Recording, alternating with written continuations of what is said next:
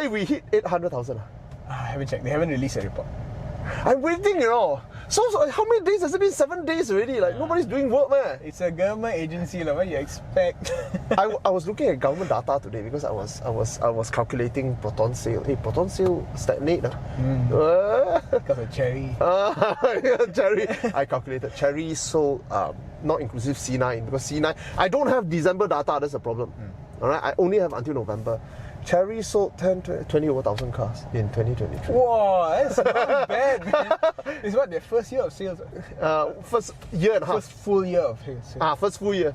Yeah. So I calculated. Then I look at the data of Proton. 2021 to 2022, they jumped 20 over 1,000. 2022 to 2023, they jumped 10,000, 9,000 plus. 2023 to 24, originally by November, they actually dropped, Then something happened in December, suddenly 2,000 over units shot up. Expectation of a mass. Is it? Maybe. I don't know. But whatever it is, shot up by 2,000 units. So technically speaking, our TIV grew so much, but you only grew 2,000 units, you shrunk. Or stagnate. I give it to you, stagnate. Then I go and see, why did it stagnate? Must be Cherry. Then I see, oh yeah, it's right there. Your sale is right there. Half of that should have been yours. Cherry is having 2 parties, man, to celebrate. The end of the year, they did one with Jeku, media night. And then, next week, they're doing one more. I'm like, fucker, never call me. You should do more. Yeah, I mean, I was looking at 20 over 1,000. Not bad. And there's no C9 that is a C9 selling? We don't know. Literally, that's the last thing they launched. 160,000 ringgit, come on. For a car with that spec. I mean, they give you matte black. That's AMG level, bro. That's a $450,000 car. I'm like, what the hell? I mean, to me, I look at ICE a little bit like, no more lah, no need lah. Yeah. But still, most people out there, this is still the last generation of people that will still go ICE like that one. Yeah. Wow, I was calculating for 20 over 1,000 Proton. Hey, your sales over there. So ultimately, what it says is X50 actually drive better than the Omoda 5. But everything else, the Omoda 5 give better, what? And it's not to say stale product, but it's an older product. The 3-cylinder X50. And it sends judder to people's. I mean, it's not really there. Only when you start the engine, you feel it. Correct. Yeah. But people have all this. In their head lah. So the reality is X50, X70 is old as fuck. X50 is getting a bit old. Your X90 completely failed. Your S70 did not do well. Yeah. Right now. So your product range, entire range is either old or did not do well. You get me? So under those kind of circumstances, there's only one thing you can do. Drop price. Yeah. You drop price, your sale, you will see next year your sales are shooting up. I don't know, but I see that sales not great. Cherry really, now I understand. 20,000 for Cherry is a celebration. Yeah. But we'll see how long they can sustain. We shall see, because Jeku sales momentum is still there, right? Jeku is still there, the momentum. Oh, fuck. Hey, but the C9 is parked under Jeku, not Cherry. I know, but the data is not there. I checked Omoda C9, don't have. I think they haven't started selling in November, have they? Maybe you have to check under a different name because it's Jeku C9 by Omoda, but actually it's it's Omoda C9 by Jeku. No, I type Omoda, then come out I don't see C9. Then I type Jeku, come out only J7. Then I type Cherry, come out only Omoda and Tigo. We shall see. Maybe you type buy. BYD. Hey, no. You know how many Omodas after the drop? It come back up a bit, 11,000 units they sold. Because they give 18,000 discount. I can imagine. But then you might be thinking Tigo must not sell, right? Sells. The two Tigo add together is 5,000. That's okay. Okay, 5,000 plus or 5,007. Yeah. The two Tigos are because they don't distinguish. I'm like, Tigo 7 and Tigo 8, is it the same car? They call it the same car. There is no 7 or 8, it's just Tigo. What the fuck? Why GPG data so shit? But whatever lah. So I say, okay, you treat it as the same car lah. Yeah. 7 and 8 lah. Maybe it's a different, one is long wheelbase, one is shorter wheelbase. Engine is different. Oh, there you go. But whatever it is, 5,000 plus unit. I'm surprised. I'm surprised 5,000. So altogether, this two itself already. And those are the high margin products. Oh, there you go. Relatively high. Oh. So altogether, 20 over 1,000 or 21,000, not inclusive C9. Wow. Fucking hell. Proton as your sale. So that was a good cars and coconuts It was. mini episode. Really is. I mean, all the Peroduas, it is what it is. Yeah, I mean, they're made to, Yeah. but they should be a bit cheaper. I feel. You think so? You know, if you're going to feel like that, you gotta be because they have no, they're swimming in a pond of their own. Yeah. Nobody can touch them. correct. And you know, creatures like these are not, they're not gonna, you know, make life difficult for them, what? So Yeah. life is difficult for you only, ma. Correct. I did my video about how I'm not enthusiastic about Perodua's EV. I'm not. So many people came out defending Perodua. I know. I'm like, I didn't talk much about Perodua because after I look at EMA's, was it 3? 7. Oh, 3 is Theo. No, sorry. Emo Emo 2. 2, Yeah. I know for a fact there's going to be an Emo 4. It's so far from production. It's so far. Forget it. Yeah, I mean, you can forget I it. went to Klims also. Yeah. I met all my Perodua Yeah. friends there. You know, Yeah. long time no see. All that. I said, hey, the car is ready. I said, yeah, you can go and see. Nonsense I lah. said, go and see. I went up there. Wow, you can open door. You can. I'm looking at it like, no. Then later I No. found out it was a Bufori mock-up. It is.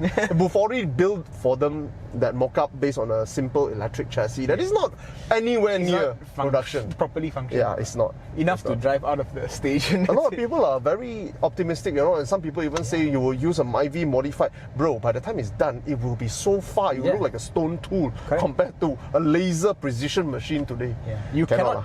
I mean, we in 2017 looked into EV Yeah. conversion. Yeah. And it's just not feasible. It's not feasible. By the time you convert the car, it's already 150,000 ringgit. Correct. And feels like a 60,000 ringgit Correct. broken car. Correct. Yeah, so On that, there's a piece of news though. Huh? It came out 2 weeks ago, I think, or a week and a half ago, and I did my rough calculation. I think it pans out.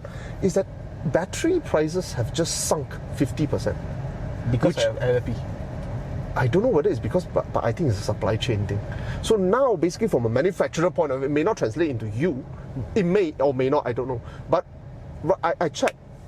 BYD seal starting price battery pack 50k, Thailand, ringgit, Okay. 50k to 70k, somewhere around there. So I was calculating. They were saying that it's dropped 50%. So now it's $50 per kilowatt hour. Okay. That's 250 ringgit per kilowatt hour. Most of the cars, reasonable ones, 60 kilowatt hour, correct or not? Yeah. So you do your math, it comes up to about 18,000 ringgit. Oh, that's less than half price. That's just battery. Okay. You add packaging, 20 over. Okay. If you times 2, that's the current price now, which is correct. Because now battery has sunk in 50%. That's why BYD, that's why Tesla, that's why Xpeng are gearing up for another price war. All because battery is sinking in price. So they're just going to clear their old stock and then whack this new. Whack new one. Wow. Yeah. It's kind of a shit time to be a dealer. I know. Because every time you have inventory that's sitting there for more than 3 months, you're just like, I suppose it boils down to leverage. Do you have leverage with Proton, or do you have leverage with your principal? You know, if you have 6, 7 dealers, you can sit down with them and say, "Don't push your shit to me, bro. You know, I die, you die." Yeah. But if you have one dealer, then you die. You die lah, bro. who are you again? Yeah. So Back to BYD M6. Yeah, so this. Yeah. So, yeah, in a lot of ways, EVs beat ICE vehicles as tools, as daily drivers, except for the charging bit. Especially for infrastructure. Right now, infrastructure, there's a charging bit. But again, you know, these are factors outside the car itself. Yeah. The car itself, the product itself, man, they've left ICE behind. It's like I was just saying that comparing EV to an ICE is a little bit like saying, I mean, extolling the virtue of ICE over EV is a bit like saying kerosene lamp is better than LED light. Yeah. It's better because there's a nostalgic smell, you know. No, I did a piece on yeah, but in every other way, the pollution, the process, and all that.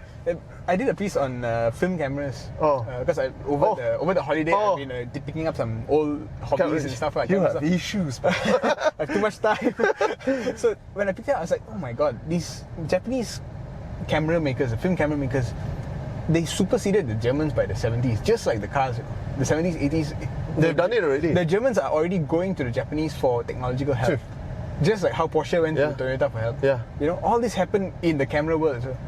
Then suddenly it came to the 2010s like that, and all the film, I mean by the 2000s, all the film cameras, the technology is basically pointless. All the investment you put, all the R&D you put into film, Useless. The entire ecosystem changed. Yeah, only the lens stuff can be transferred. Leica still surviving. The lens manufacturers somehow survive, but when you transition to electric, it's the same digital thing. All camera. your R&D to ICE also goes to waste. Useless. That's why Germans like Mercedes, BMW, Audi are struggling now. They're struggling to find what identity. In the world of EV, who the heck are you? Yeah. I have 100 years of history of making the best car.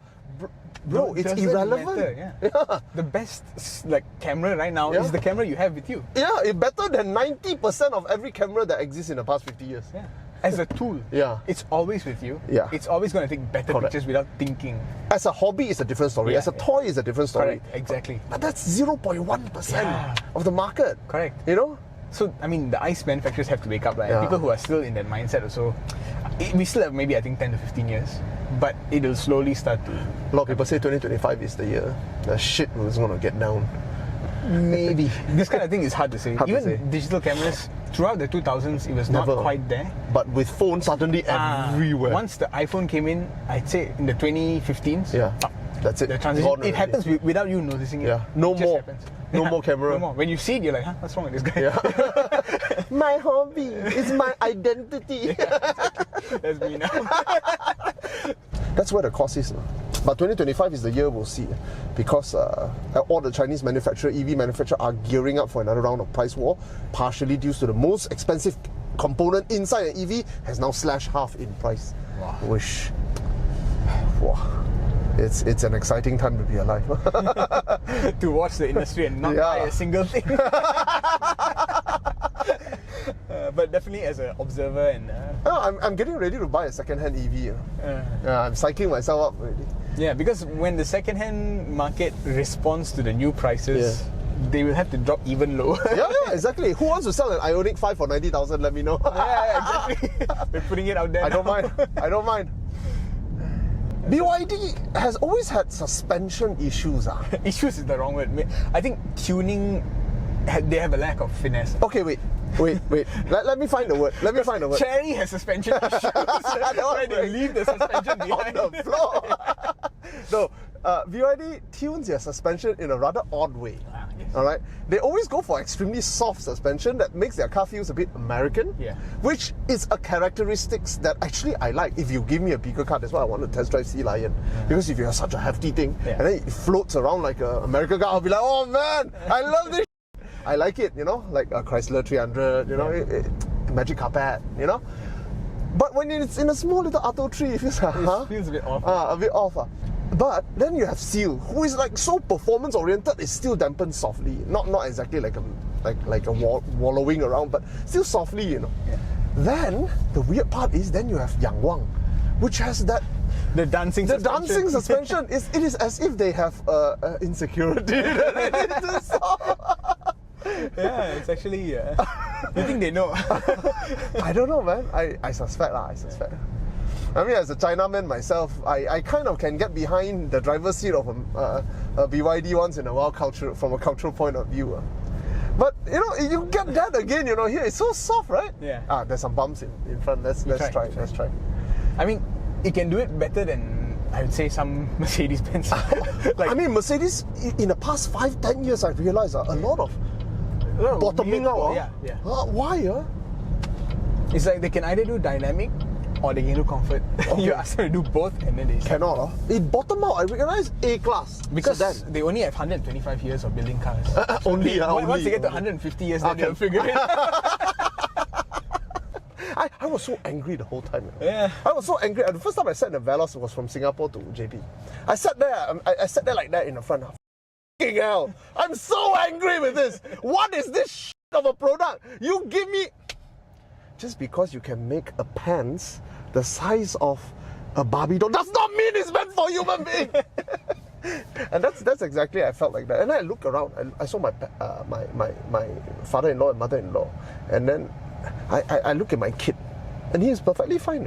I said, that's the size that was supposed to sit in those seats. You got me? Yeah. And I look at my kid. If he sit in my seat, he would fit perfectly. And I am cramping there like, what the f am I doing here? Yeah. 7-seater, and that's they call the best seat in the whole house. and they call it a 7-seater MPV. I'm like, is there a different species of pygmy human beings supposed to?